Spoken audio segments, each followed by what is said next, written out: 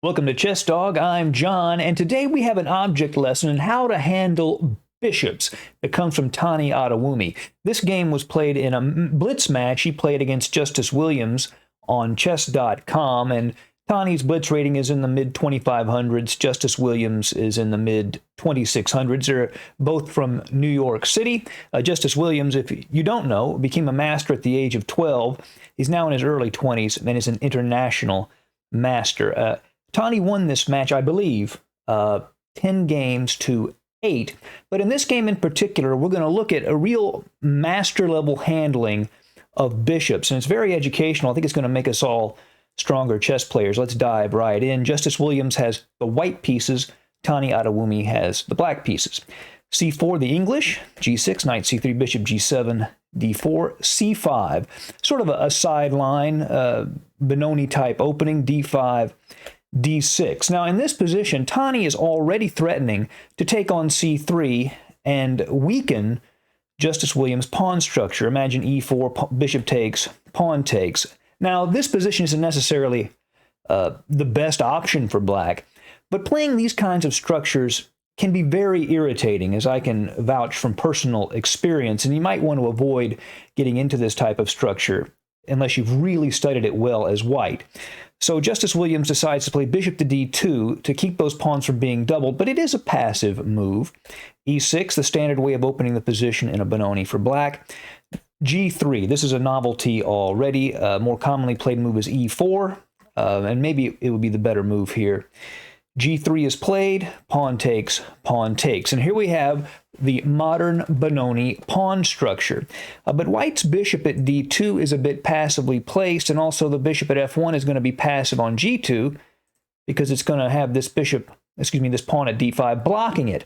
One of the unique properties of a modern Benoni is that black's bad bishop, which is this bishop at g7, it's bad because black's two central pawns are on the same color as the bishop, but it is in fact a monster bishop. It's not a bad bishop in the colloquial sense at all. It's a very, very strong piece.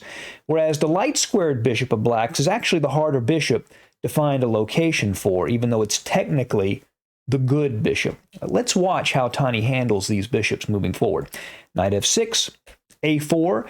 This is designed to keep Tani from expanding on the queen side. It's a little early because usually it's played after black plays a6, but it's played a little early here.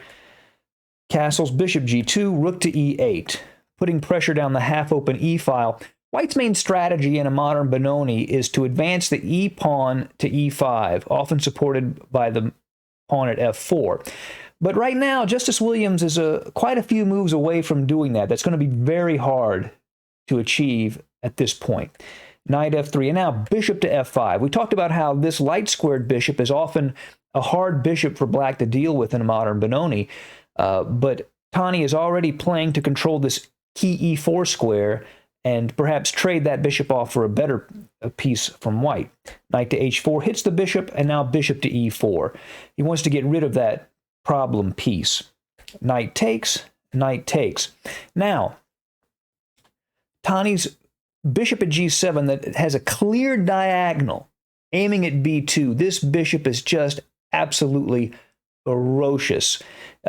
Much better than any minor piece that white has in this position. Castles, knight takes d2, queen takes d2, and just compare the two bishops here.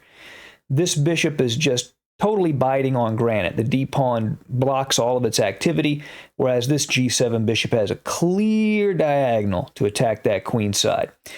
Knight to d7, knight can hit e5 usually. It could also go to b6. Rook a to b1.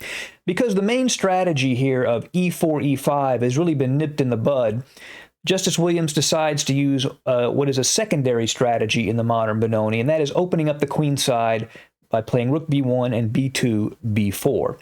It's really the only strategy that's available to him now. Knight goes to e5, rook f to c1. If he plays b4, Tani will just bypass it. So he puts the rook on c1 in anticipation of that pawn move. Queen to d7, and now b4, trying to create counterplay on the queen side. c4. Now f4, kicking the knight away from the c pawn. hoping to capture it. A safer and probably better choice was just to retreat the knight back to f3, centralize that knight. F4, it does kick the knight away, but it also weakens a ton of squares, particularly that diagonal, this diagonal. The b6, g1 diagonal becomes very sensitive, as we will see. After f4, the knight goes to g4. Now bishop to h3. Now there's Tani plays h5, defending the knight. The computers show another move that, you know, it is a computer move, but it's incredibly strong, and that would have been rook to e4. Not only does it defend c4, it prepares the doubling of the rooks, hitting the e2 pawn, and would support a bishop potentially going to d4 with check and exploiting that key diagonal we've already spoken about. That would have been an amazing move to find in a blitz game. h5, rook takes c4, queen takes a4. Now, Justus Williams has fought, and he has basically an equal position here, and he has basically one path towards equality. The path towards equality is this. Bishop takes knight, pawn takes bishop, and then f5. That would create some pawn structure weaknesses on the king side, and also clears this way for the c4 bishop to rook, excuse me, to capture the pawn at g4. But instead he plays rook to c7, and you'll notice the relationship between the king at g1 and the rook at c7. These are what we call loose pieces, and there's a phrase I think that was coined by Grandmaster John Nunn, that loose pieces drop off, that when pieces get separated from each other, that's when they become vulnerable to being captured and exploited by tactics. And the relationship of this rook at c7 and the king at g1 are no exception to that. Tani plays queen to b5.